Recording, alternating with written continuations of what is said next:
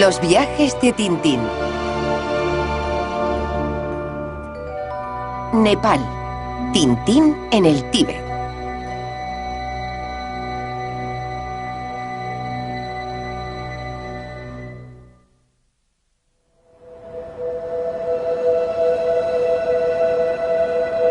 Las aventuras de Tintín en el Tíbet comienzan en los Alpes. Con un toque de ironía, Hergé eligió iniciar esta historia con un Tintín de vacaciones que parte a la montaña a recargar las pilas. Su fiel amigo, el capitán Haddock, pasa con él las vacaciones en un tranquilo hotelito donde a priori nunca pasa nada extraordinario.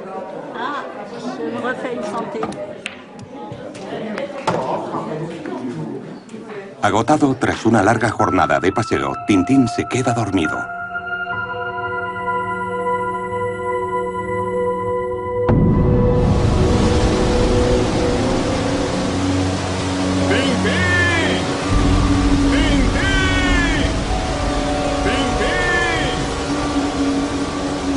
En su sueño, ve a su amigo Chang perdido en medio de una tormenta de nieve.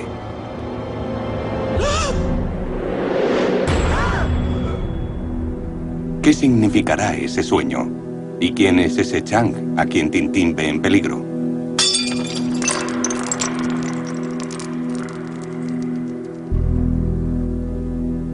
Tras este personaje de ficción se esconde un amigo real de Hergé, un pintor y escultor chino al que conoció en 1934 mientras trabajaba en el Loto Azul.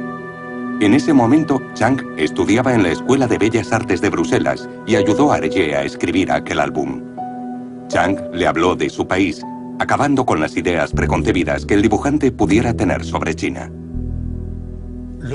El verdadero Chang tuvo gran importancia en la vida de Hergé. Aportó a aquel joven occidental lleno de prejuicios una apertura de mente considerable. Le abrió las puertas de una civilización oriental totalmente diferente, de una cultura, de una manera de pensar y de una manera de crear las obras de arte. También, en cuanto al trazo y la escritura china, Hergé fue iniciado por el Chang real. En aquel momento nació una amistad muy fuerte entre los dos hombres, y de manera natural, Hergé creó el personaje de Chang, un alter ego que se une al suyo propio en unas aventuras en las que Tintín y Chang prometen ser amigos para toda la vida contra toda adversidad.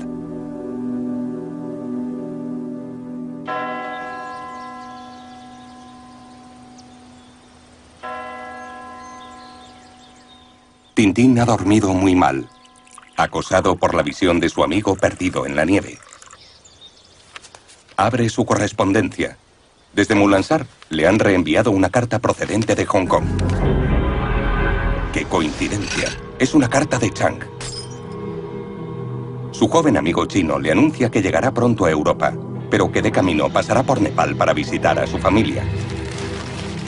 En el mismo momento, el capitán Haddock lee un artículo sobre una catástrofe aérea que acaba de ocurrir en Nepal. ¿Y si Chang ha cogido el avión que se ha estrellado en la montaña? Tintín se lanza sobre el periódico. No hay supervivientes en accidente aéreo de Nepal. Entre los desaparecidos, el artículo menciona a su amigo Chang. Tintín se deshace en lágrimas. Pero rápidamente recuerda su sueño. ¿Sería un sueño clarividente? ¿Una señal que le indicaba que su amigo no estaba muerto? Decide partir sin demora hacia Nepal. El capitán Haddock intenta hacerle entrar en razón. Pero chico, esto es una locura. ¿Cómo vas a salvar a uno que ha muerto? No sirve de nada. Tintín está convencido de que su amigo sigue vivo. Es extraño ver llorar a Tintín. La última vez que le vimos mostrar sus emociones fue al final del Loto Azul, cuando se despide de Chang. Han pasado 25 años desde entonces, y Hergé atravesaba un periodo difícil de profunda depresión. Y entonces se acordó de su amigo. Con los avatares de la guerra le había perdido el rastro. Y Hergé se preguntaba si el verdadero Chang seguía aún con vida. Hay que decir que Hergé, cada vez que conocía a alguien de origen chino o que tuviera alguna relación con China, intentaba obtener noticias de su amigo Chang, pero nunca las conseguía. En el fondo tenía muchas ganas de encontrarlo. Y en cierto modo, consciente o inconscientemente, Tintín en el Tíbet es un intento de reencontrar a Chang. Así, Tintín parte en busca de Chang hacia los confines del Himalaya, en una especie de mensaje invisible de Hergé dirigido al verdadero Chang. Como única evidencia, Tintín se aferra a ese sueño, a esa visión que constituye el elemento de arranque, la llave de toda esta aventura. En Tintín en el Tíbet no hay malos, persecuciones ni locas peripecias. Todo se reduce a lo esencial. Es el álbum preferido de Hergé y probablemente el más personal.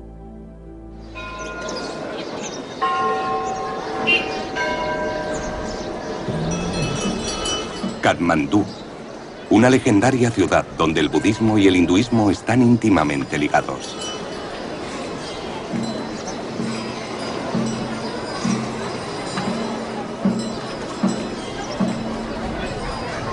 Tintín, Milú y el capitán Haddock aterrizan aquí a los pocos días.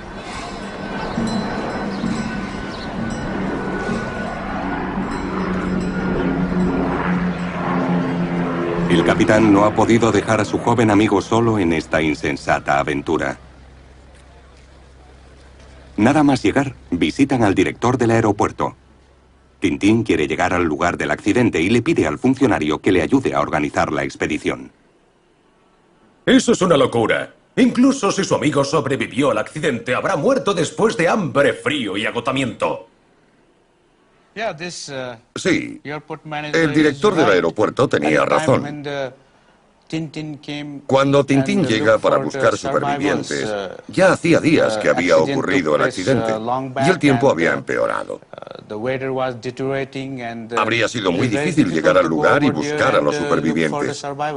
Estas son fotos recientes de un accidente y el rescate es una tarea muy complicada. Normalmente a esta zona solo puede accederse a pie. Por eso era poco probable que hubiera supervivientes.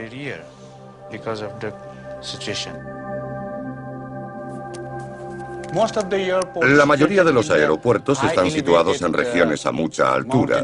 Debido a la altitud y a unas condiciones meteorológicas muy cambiantes, pilotar sobre estas zonas es siempre arriesgado. Cada año se producen en todo Nepal varios accidentes aéreos de mayor o menor gravedad.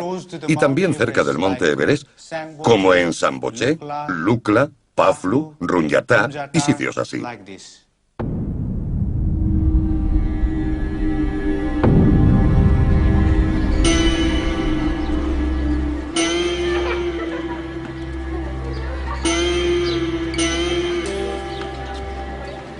El director del aeropuerto no consigue disuadir a Tintín, pero le proporciona la dirección del guía que organizó la expedición de socorro después del accidente.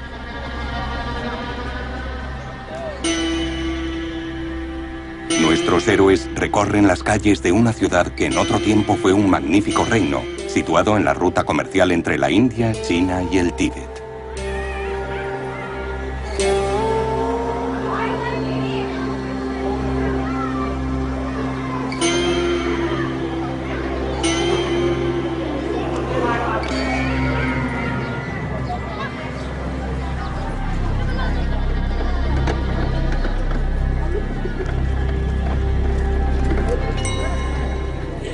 Intrigado por sus vivos colores, el capitán Haddock se pregunta qué sabor tendrán esas frutas que se dejan secar al sol. Y entonces descubre el verdadero sabor de las guindillas nepalíes.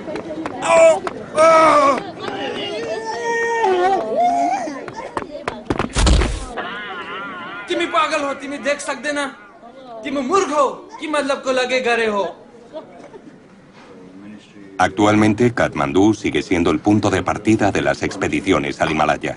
Todos los guías de alta montaña conocen la historia de Tintín en el Tíbet y algunas veces deben escalar hasta el lugar de un accidente para intentar rescatar a los supervivientes.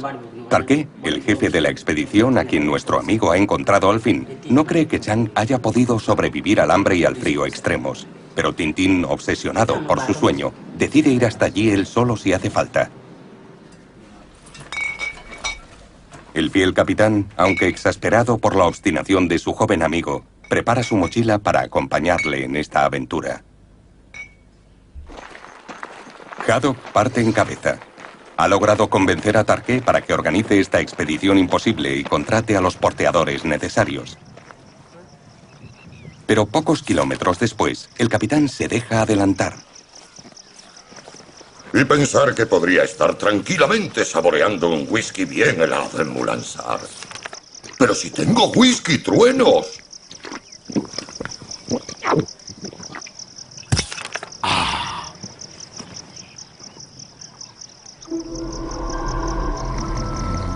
Bajo los efectos del alcohol y del cansancio, el capitán se duerme y él también empieza a soñar.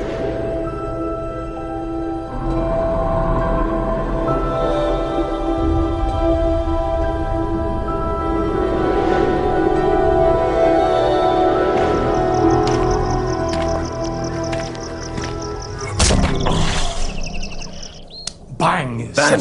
Eso debe doler. A Hergé le divertían ese tipo de cosas. Hay que decir que Hergé utilizó los sueños más veces.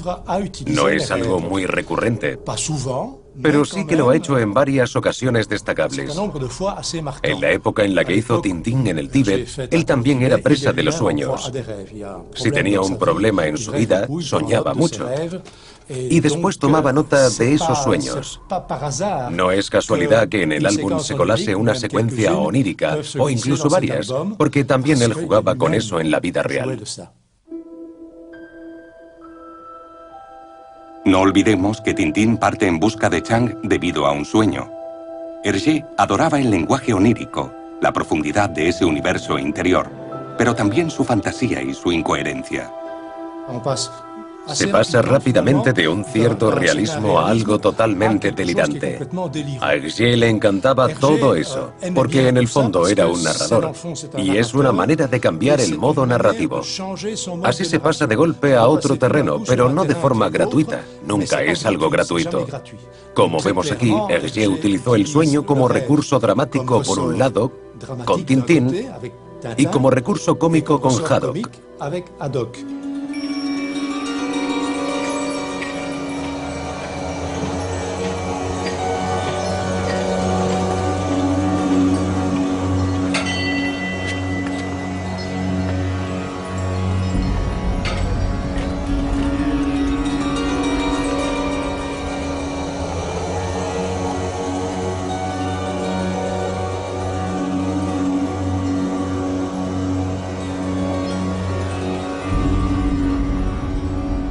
No fue casual que Hergé eligiera esta región donde el viento sopla sobre mensajes budistas de pureza y compasión, ya sea esculpidos en la roca o impresos en banderas de colores.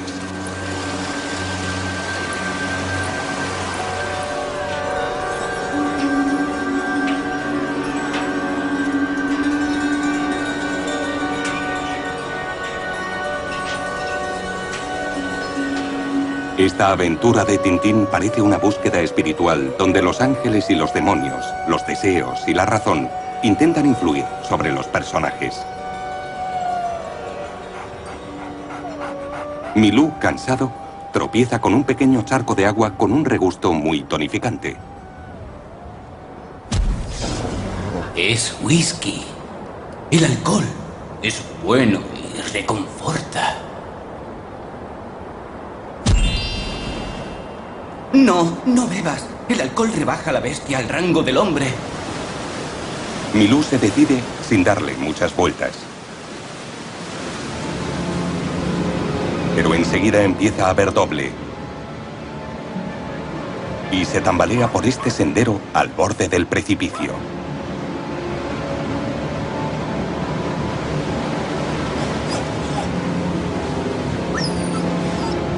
Y se cae.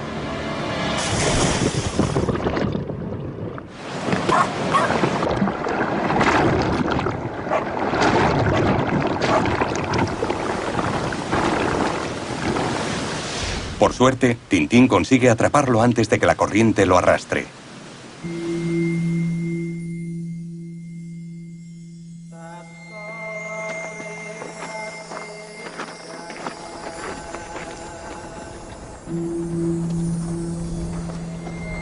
Ahora le toca al capitán estar atento. En el quinto día de la marcha, los porteadores le gritan: ¡Stop, Sahib! Desgracia para ti, Sahib, si pasas por la derecha del Shorten. Es el Shorten. Normalmente el Shorten está construido en la cima de una colina para recordar a alguien.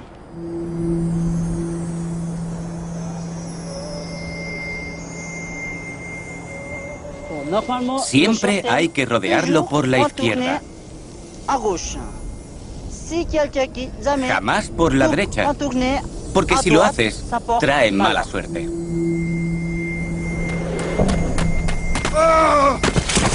Pero el capitán tropieza y pierde su preciada reserva de whisky.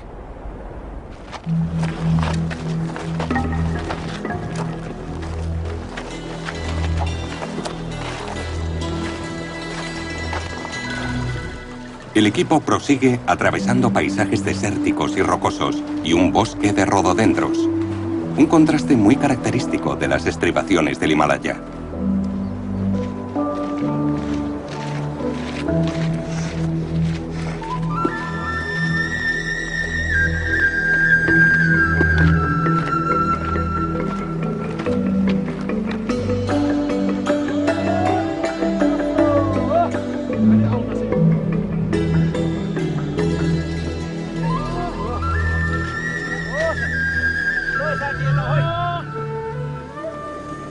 Pocas cosas han cambiado desde la época de Tintín en el Tíbet.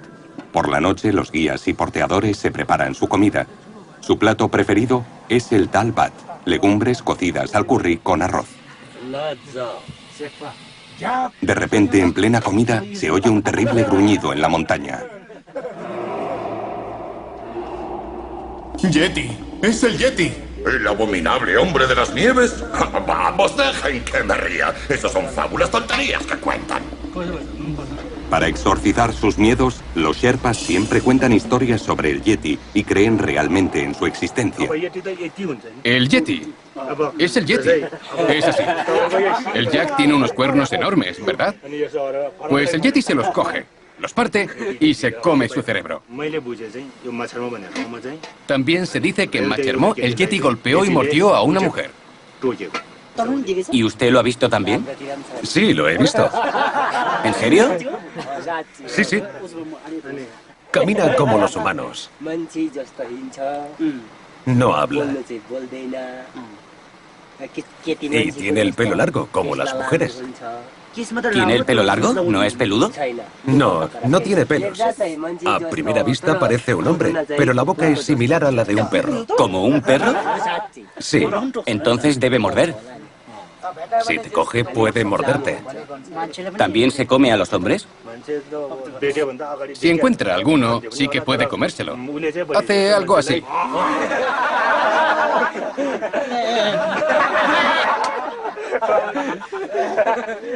Él nos mira y nos imita. Puede que nos observe ahora. Sí, ¿por qué no? Yo voy a dormir ahí en medio, y él aquí. Si viene el Yeti, le cogerá a él. Y si viene por el otro lado, cogerá al que esté durmiendo ahí.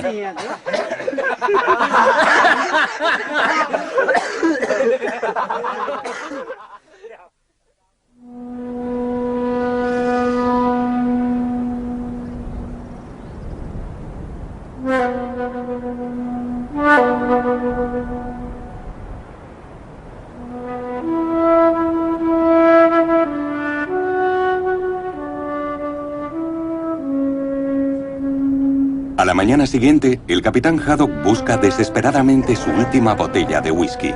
Pensaba que la había dejado cerca de la tienda.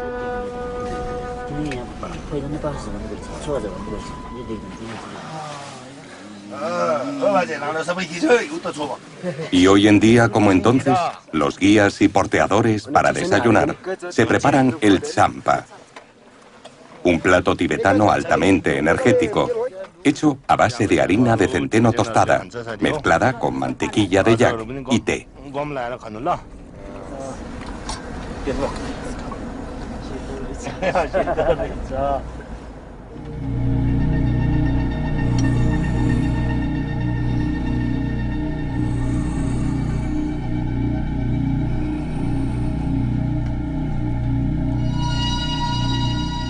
Tras largas horas de marcha llegan las cimas nevadas.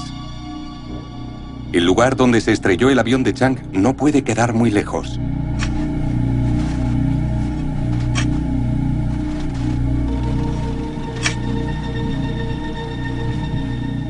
De repente, Milú detecta un peligro. Y se encuentra cara a cara con las huellas del abominable hombre de las nieves. Estos son huellas de oso. A veces los osos también andan sobre sus patas traseras. Todo el mundo lo sabe.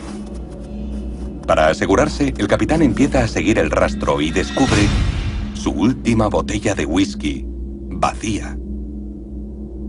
¡Vampiro! ¡Espantajo! ¡Diplodocus! ¡Filibustero! Cuando regresan, Tintín y sus amigos descubren que los porteadores han huido, aterrorizados por la presencia del Yeti. Pero ¿cómo se convirtió el Yeti en un personaje de Hergé? Durante los años 50, las historias sobre el abominable hombre de las nieves hacían volar la imaginación del público en Occidente. Varias expediciones de alpinistas afirmaban haber visto huellas extrañas en la nieve.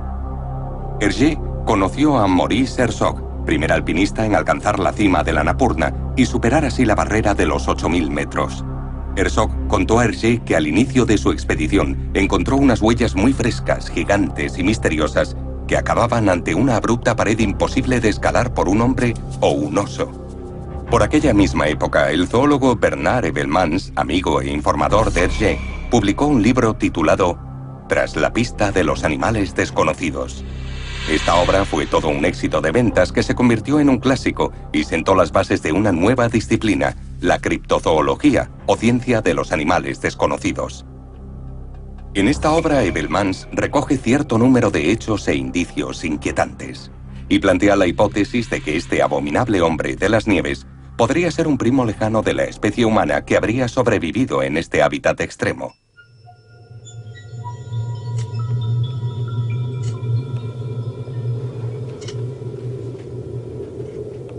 Sin porteadores, Tintín, Haddock y Tarqué continúan su ascensión.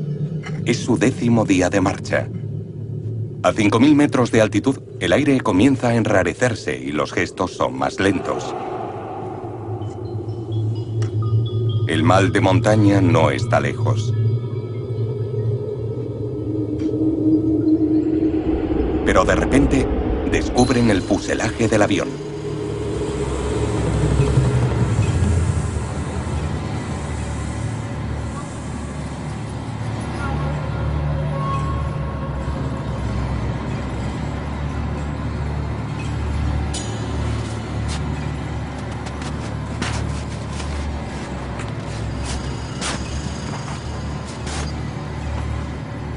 Entre los restos, Tintín encuentra un oso de peluche helado, pero no hay rastro de supervivientes.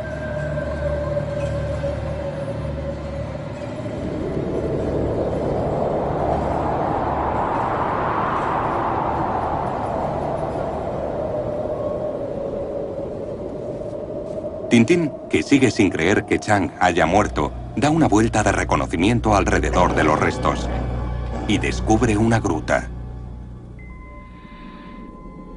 ¿Y si Chang se refugió allí?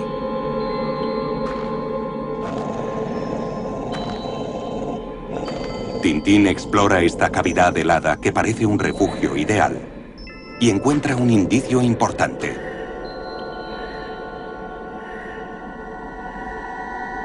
Una piedra con el nombre de Chang grabado. Su corazonada era correcta. Su sueño fue un mensaje invisible, telepático. Chang había sobrevivido al accidente del avión. ¿Y si aún estaba al fondo de esta gruta?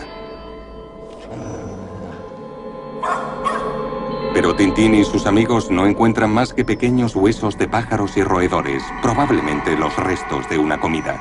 Chang sigue sin aparecer. Tarqué, el guía, está convencido de que el Yeti mató y se comió a Chang. Tu amigo está muerto. Todas las esperanzas son en vano.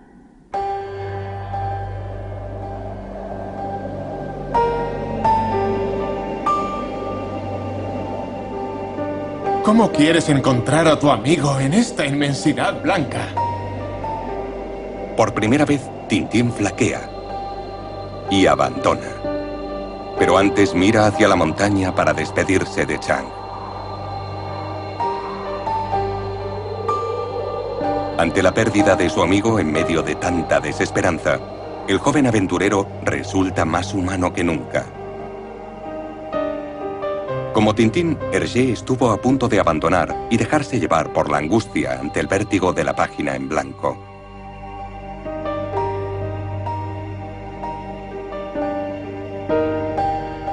En 1958, cuando empezó Tintín en el Tíbet, Hergé sufría una profunda depresión y además padecía una úlcera. Hacía ya muchos años que el personaje de Tintín le consumía, un personaje con el que mantenía una relación de amor-odio. Le habría gustado librarse de él. Quería poder dedicarse a la pintura y dejar de hacer historietas. Para divertirse, se dibuja a sí mismo agotado, atrapado por el éxito de Tintín.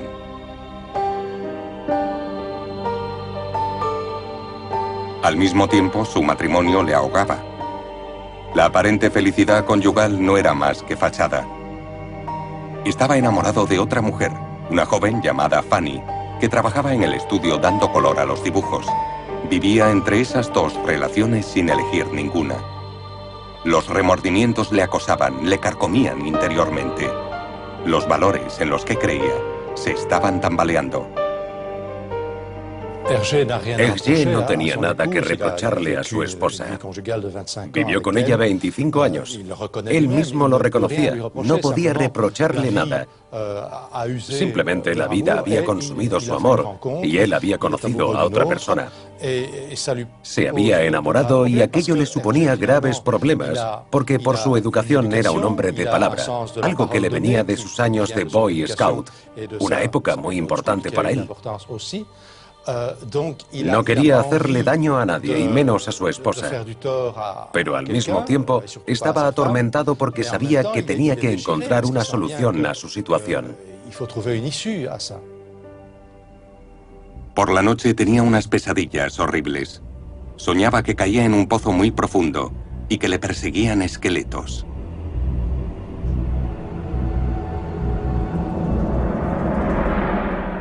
Al fin decidió visitar a un psicoanalista. El profesor Ricklin era discípulo de Jung. Y cuando Hergé le contó sus sueños, el profesor levantó los brazos en el aire y le dijo: «Madre mía, si yo fuera usted, dejaría de trabajar inmediatamente. Tiene que matar el demonio de la pureza que lleva dentro». Al principio aquello le desconcertó, pero al final entendería que era cierto, que él tenía un ideal, que el respeto por la palabra dada estaba muy bien, pero que tenía que conseguir superar todo eso y admitir que también había una parte de maldad en él, un demonio, y aprender a vivir con ello. Ese demonio blanco que atormentaba sus sueños desde el inconsciente se parece curiosamente al personaje de Tintín, siempre perfecto, limpio e inmaculado. ¿Haría falta dejarlo todo como le aconsejaba el profesor Ricklin? Hergé no quería dejarlo todo porque sentía que el trabajo que hacía con aquellas historietas, dirigiendo a un héroe ideal en una búsqueda o hacia la resolución de un problema, era algo que podía ayudarle a él mismo.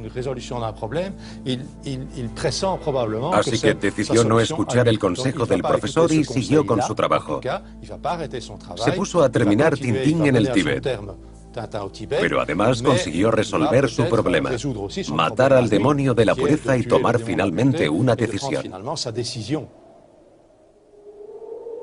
Hergé no volvió a ver al profesor Ricklin y conseguirá superar ese demonio interior de la pureza en las nieves del Himalaya. Al mirar por última vez hacia la montaña, de repente Tintín distingue una mancha amarilla en la pared. Una bufanda. ¿Puede que fuera de Chang? Esa chispa de color reaviva en el corazón de Tintín la esperanza de que su amigo siga vivo. Pero Tarquet se niega a acompañarlo en esa locura. Deja que Tintín, Milú y el capitán Haddock continúen solos.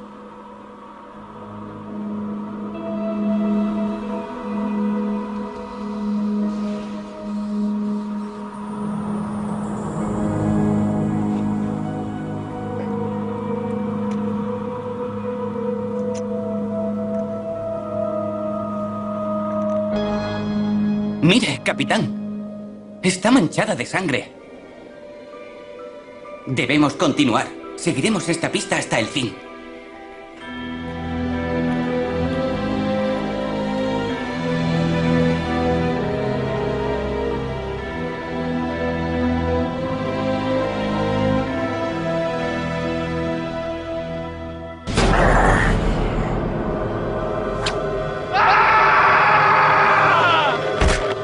¡Capitán!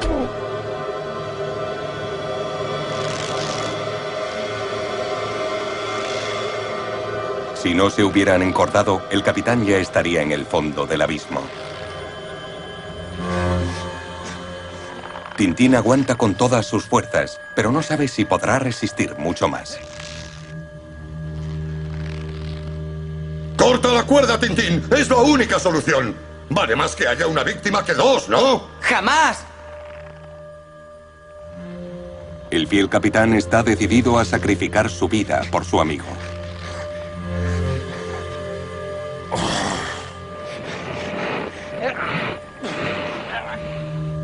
Hergé le recuerda así al lector que este álbum es un auténtico canto a la amistad. ¡Oh, no! Por suerte, Tarqué, lleno de remordimientos, vuelve a unirse a nuestros amigos, a los que salva in extremis.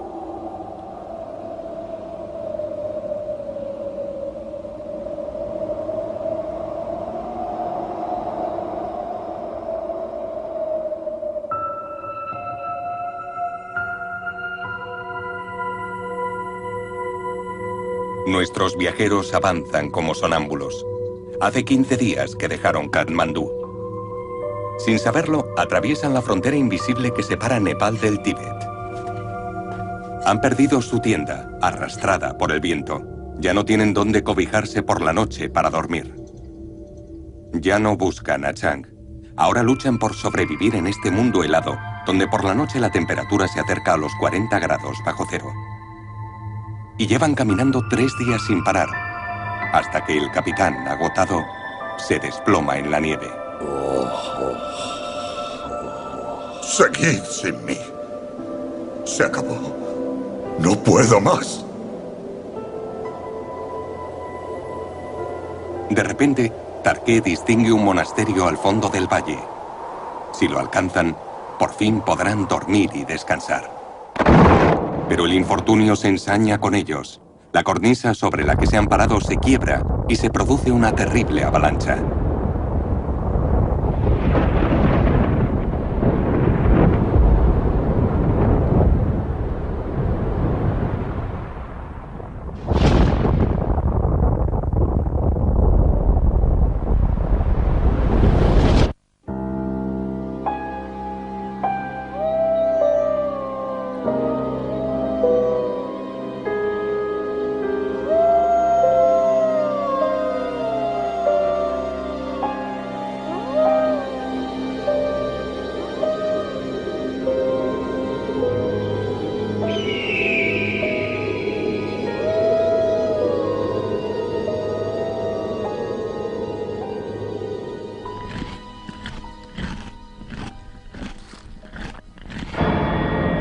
El despertar es brutal. Tintín está a punto de ser estrangulado por un yak hambriento que tira de su bufanda amarilla. En todo caso, la intervención del animal consigue despertarle de su letargo. Pero Tintín está demasiado débil, no puede avanzar. Decide escribir una nota, una petición de auxilio que le confía a Milú. ¡Corre, Milú! Vas a llevar este papel al monasterio. Nuestra vida depende de ti.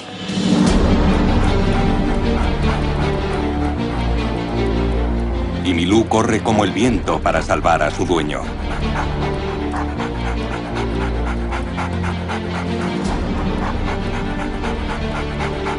Pero por el camino, una terrible tentación lo para en seco. De nuevo se encuentra dividido entre su demonio interior y su ángel de la guarda. Pero las palabras del Milú Diablo vuelven a ser más convincentes que las del Milú Ángel. El viento se lleva la nota de Tintín.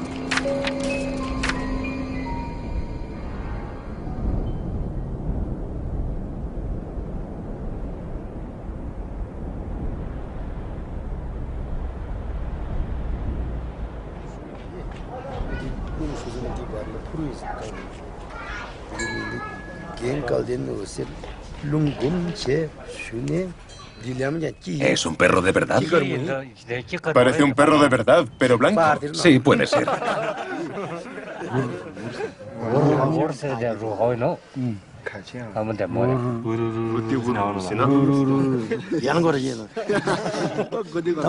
Mirad a este de aquí. Señala la avalancha y se ríe. Y mirad este, puede volar. Puede volar él solo. Ah, se llama rayo bendito. El aire le entra dentro y por eso se eleva. Cuando levita se cree que es un pájaro.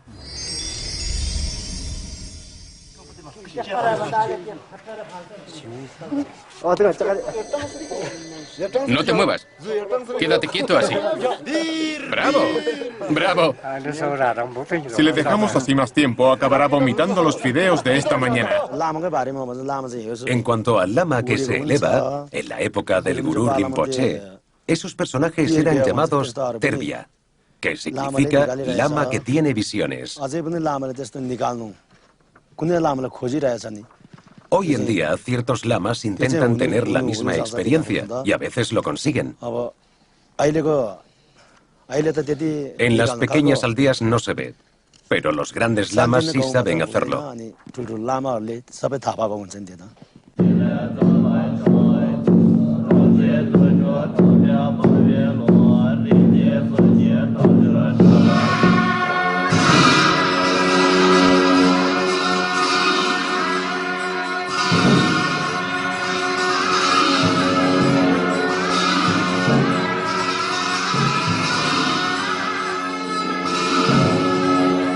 Despertado por el sonido de los gongs y los rezos, el capitán sale a duras penas de un largo sueño. Milú ha conseguido alertar a los monjes, y estos han podido traer a nuestros dos amigos al monasterio.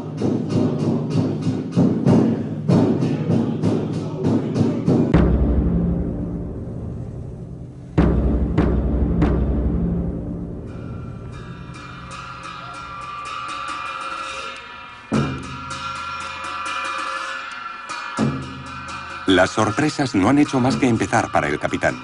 Se encuentra en un lugar habitado por divinidades terribles.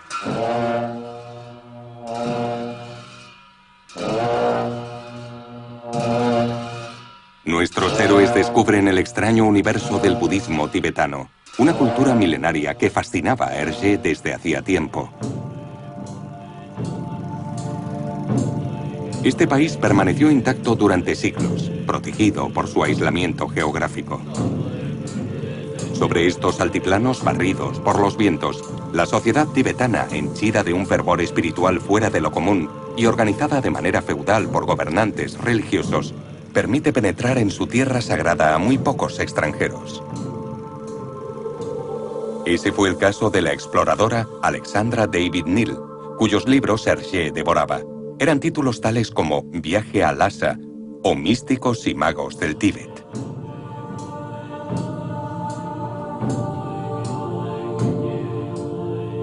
Hergé se inspiró también en las historias del austríaco Heinrich Harrer, que pasó 7 años en el Tíbet.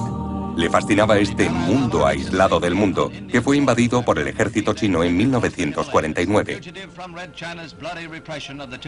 Mientras Hergé estaba trabajando en este álbum, en marzo de 1959, el Dalai Lama se vio obligado a huir de su país por miedo a ser eliminado o secuestrado por las autoridades chinas. De nuevo, Hergé estaba en sintonía con su época. Pero a diferencia de lo que hizo en El Loto Azul, decidió no integrar esa dimensión política en el álbum. Tintín en el Tíbet tenía que seguir siendo un cuento filosófico sobre la amistad, una historia atemporal.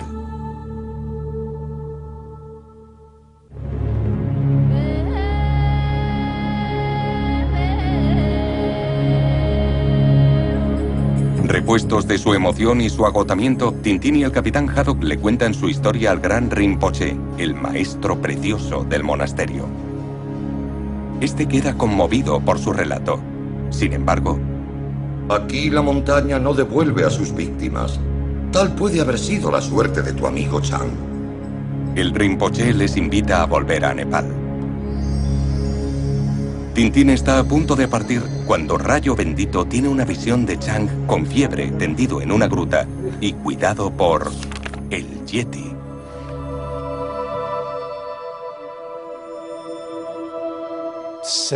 Es cierto que Hergé era bastante sensible a todos esos fenómenos paranormales.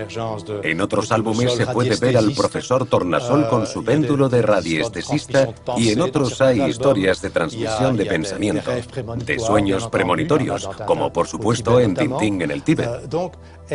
Por tanto, Hergé era sensible, en cierta manera, a todos estos fenómenos, pero no sabía si creer en ellos o no. Por ejemplo, en el caso de la levitación de este monje, que se suspende en el aire, él había leído eso en varios libros sobre el Tíbet, en los que aparecían testimonios, pero no sabía si había que darles crédito. En todo caso, a él como autor de cómics, le interesaba todo eso, porque es algo pintoresco y forma parte del universo que él imaginaba que era el Tíbet. ¿Creía en ello? No estoy seguro. En todo caso, le hacía dudar y ya era algo. Desde luego no era una persona que se burlara de esas cosas, que dijera que eran mentiras. Evidentemente tenía la posibilidad de delegar en Haddock la tarea de burlarse. Pero Tintín no tiene la misma actitud, así que al final decidió no tomar parte.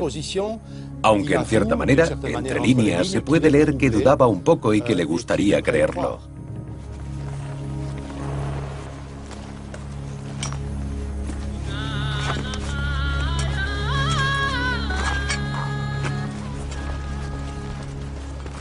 La visión de Rayo Bendito le ha devuelto la esperanza a Tintín.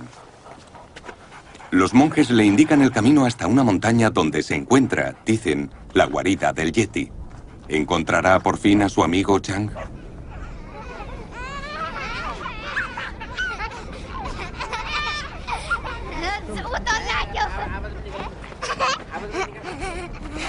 De camino, se cruza con unos niños que le saludan a la manera tibetana, sacando la lengua. Una vieja costumbre para saludar a los visitantes tan raros en estas comarcas. Y una ocasión de oro para el capitán, que es como un niño grande. तिमीलाई थाहा छ टिन्टिन भनेको थाहा छ तिमीलाई हेरे उ यस्तो क्या यो थाहा छ तिमीलाई कसरी सुने तिमीले बाउले भनेको अनि बुवा हो त उ त माथितिर हुन्छ यसले के खान्छ के लान्छ भनेको बारेमा तिमीलाई के थाहा ह मान्छे खान्छ बुझ्यौ यो राम्रो କଥା पछिमा पढाएर सुनाउँछु तिमीलाई टिबेटको उपहार भनेको हड्डी चाहिँ भेटेको Hoy estos niños están aprendiendo la historia de Tintín en el Tíbet, pero normalmente reciben sobre todo lecciones de inglés y de medio ambiente.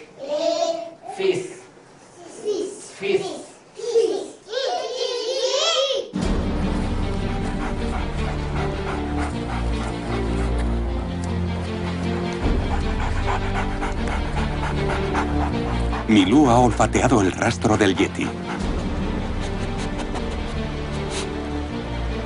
Por fin llegan al hocico del Yak, la montaña donde se esconde el abominable hombre de las nieves.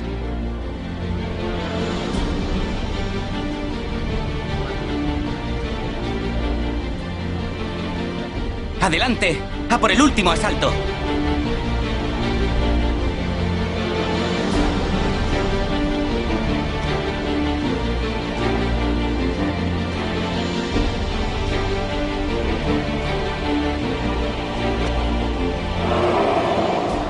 Tras varios días de acecho, por fin ven al Yeti salir de su cueva. Aprovechemos la ocasión.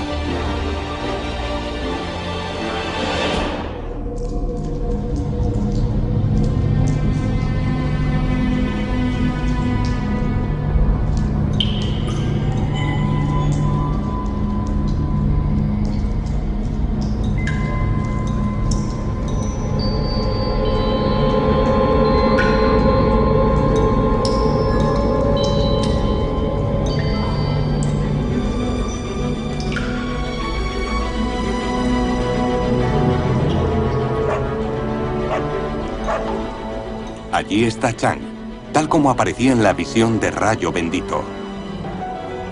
Los dos amigos se encuentran al fin.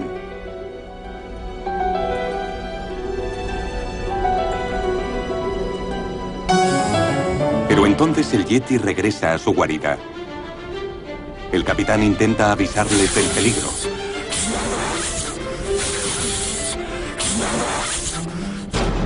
Demasiado tarde.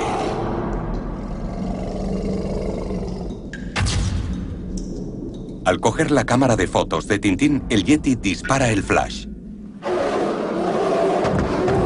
Aterrorizada, la bestia huye corriendo.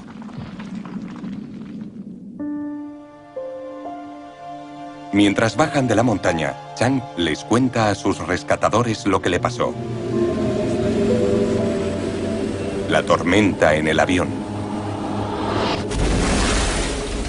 El accidente.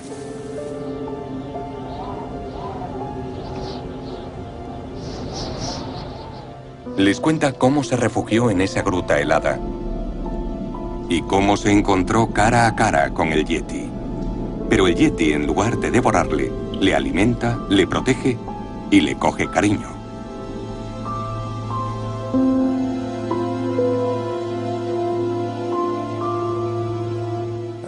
Hergé se toma la libertad de describir al Yeti a su manera. Y su manera es, evidentemente, darle una dimensión de personaje real.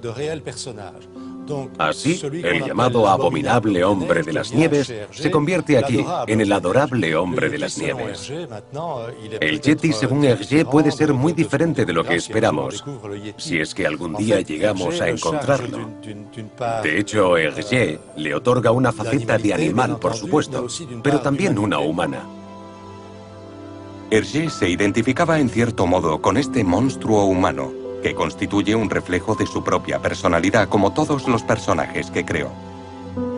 La historia revela al final que los verdaderos demonios que nos torturan no son forzosamente lo que creemos. No están en el exterior, sino en nuestro interior, a menudo en forma de prejuicios o dudas que nos limitan y nos ponen trabas. Tintín estaba en lo cierto al dejarse guiar por su intuición y llegar hasta el final de su sueño, a diferencia de otros.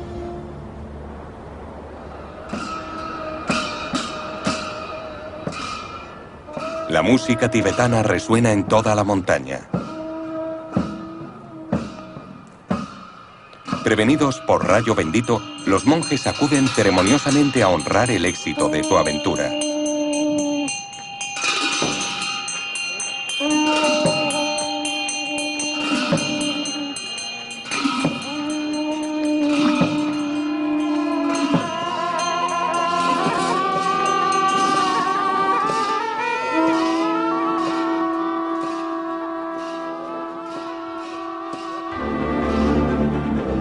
El Rinpoché bendice a Tintín y le ofrece una bufanda de seda. Honra así su audacia, la pureza de su corazón y el fervor de su amistad. Nuestros amigos emprenden por fin el camino de vuelta. Chang se emociona al pensar en su amigo el Yeti. Yo deseo que no le encuentren nunca, porque le tratarían como a un animal salvaje, y a veces me he preguntado si no era un verdadero ser humano.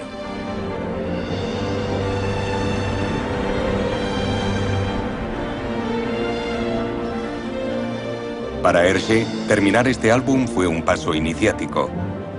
Por fin aceptó su parte de imperfección, la parte sombría que había en él, y dejó a su mujer para empezar una nueva vida con Fanny. Y 25 años después de Tintín en el Tíbet, aunque sea difícil de creer, Hergé se reencontró con el verdadero Chang, quien sobrevivió a la revolución cultural y al campo de reeducación política.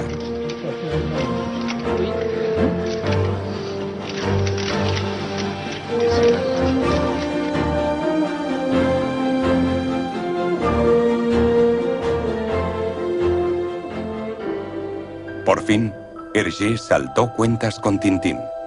Le escribió una carta que leyó por la radio en 1964. Mi querido Tintín, hace 35 años que eres mi hijo, y esta es la primera vez que te escribo. Me has dado muchas alegrías y también muchas preocupaciones, pero nunca el más mínimo motivo para estar apenado o descontento. Hubo una época, la de mi juventud, en que mi sueño era parecerme a ti. Me habría gustado ser un héroe sin miedo ni reproches. Pero bueno, fue una ilusión que desapareció con el tiempo. Si alguien es perfecto, ese eres tú. Entonces, ¿por qué me siento algo decepcionado? Pues precisamente porque eres demasiado perfecto. Porque yo, un hombre normal, hijo de padres normales, tengo un retoño que no es como los otros. ¿A quién ha salido? ¿Por qué tienes algo, cómo decirlo, que no es del todo humano? Pero ya acabó. Un ángel me ha cogido de la mano. Un colega de aquel que a veces detiene a Milú cuando va por mal camino. Te lancé a una carrera, llamémosle periodismo, pero en realidad es la caballería. De todas maneras, ¿no es el padre quien tiene que guiar a su hijo en la elección de sus defectos? Adiós, hijo. Adiós.